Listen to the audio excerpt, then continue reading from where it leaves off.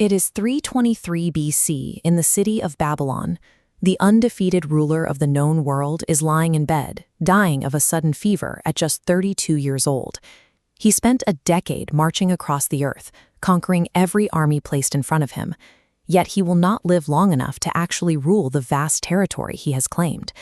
To understand how his reign ended so abruptly, we have to rewind to his beginnings in ancient Macedonia. It was a rugged kingdom that constantly operated under the looming threat of the massive Persian Empire to the east. Alexander was born into a world of hard borders. To survive this environment, his father, Philip, had already begun transforming Macedonia from a fractured backwater into a professional military machine. Philip hired the philosopher Aristotle to tutor his son. Under Aristotle's instruction, Alexander studied science, medicine, and literature, developing an appreciation for the Greek ideals of honor and logic. He paired that intellect with physical aggression. As a teenager, he famously managed to tame a massive panicked horse named Bucephalus, a wild animal that no one else in the kingdom could ride. His preparation ended abruptly in 336 BC, when King Philip was assassinated. At just 20 years old, Alexander assumed control of the Macedonian throne. Sensing weakness, neighboring Greek states immediately revolted. Alexander responded by marching his forces directly to the ancient city of Thebes. He crushed the rebellion, burned the city to the ground, and sold the survivors into slavery.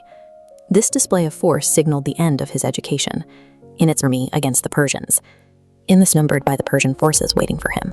Pacing quickened slightly, he compensated for the numerical disadvantage through raw aggression. At early clashes like the Battle of the Granicus, Alexander did not direct troops from the rear. He fought directly on the front lines, plunging into the enemy in a violent, blood-soaked frenzy. His presence on the front lines generated immense momentum. At the Battle of Issus, he personally led a cavalry charge that shattered the Persian lines and forced King Darius III to flee the battlefield. We can see exactly how his tactical system worked by looking at this map of the victory at Gaugamela. Alexander used his tightly packed infantry, the Macedonian phalanx, to pin down the much larger Persian force. With the enemy fixed in place, his elite cavalry could strike directly into the resulting weak points.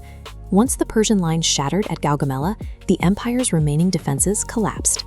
Alexander marched his army into the major regional capitals, taking Babylon and Susa without a fight. He then pushed deep into the Persian heartland, capturing the ceremonial capital of Persepolis and seizing its massive royal treasury for his own campaign. By systematically dismantling the most dominant state on earth, Alexander removed the absolute limit of known military power. The scale of his victories began to alter his own self-perception. When he arrived in Egypt, the local population welcomed him as a liberator from Persian rule and crowned him pharaoh. While in Egypt, he journeyed deep into the Libyan desert to consult the oracle of Siwa. There, the local priests addressed him as the literal son of the deity Amun. He utilized this status as political propaganda. His administration minted silver coins depicting his profile adorned with the ram horns of Zeus Amun, distributing proof of his godhood directly into the hands of his subjects. This shift moved Alexander away from the traditional model of a Macedonian king. While it helped him govern Eastern subjects who viewed kings as divine, it created a friction with his own troops, who still saw him as a mortal man. His ambition pushed the army on a grueling, obsessive march eastward, deep into the harsh territories of Afghanistan and Central Asia. Reaching the Hydaspes River in India, his forces endured their costliest fight yet. To secure the victory, the Macedonians had to withstand a charge of armored war elephants. A rift was growing between the king and his soldiers. They watched him adopt Persian customs and royal dress, and they realized his thirst for war had no natural endpoint. The breaking point finally arrived at the Beas River.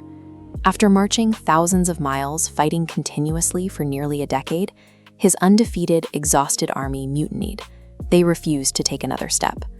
No foreign military had been able to defeat Alexander. The only force on Earth capable of stopping his expansion was the limit of human endurance within his own ranks. Forced to turn back, he led his men on a punishing retreat through the arid wasteland of the Gedrosian Desert. Extreme heat and severe water shortages decimated the forces that had just refused to fight.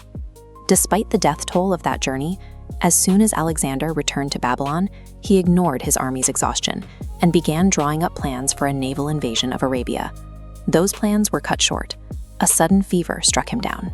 To this day, the exact cause of his illness remains a mystery, with historians debating whether it was malaria, typhoid, or poison that ravaged his body. In 323 BC, he died without naming a clear heir. Asked on his deathbed who should inherit his empire, he reportedly whispered, "To the strongest." His top generals immediately fractured the territory and plunged into a series of bloody civil wars. His sudden death proved his mortality, destroying the political unity of the massive empire he had spent a decade building. His unified political state collapsed almost overnight, but the intense cultural exchange he forced upon the world survived the resulting chaos.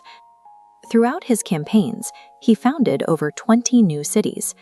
Settlements like Alexandria in Egypt grew into major hubs of global trade and academic study. This map visualizes the integration of Greek language, art, and philosophy with the existing traditions of the Persian East, creating a web of trade and communication that would last for centuries. This homogenized cultural landscape laid the infrastructure that the Roman Empire would later absorb and use to build the foundations of modern Western civilization. The man died in a Babylonian bed, but the cultural infrastructure he left behind transformed the ancient world, delivering a form of the immortality he had spent his life chasing.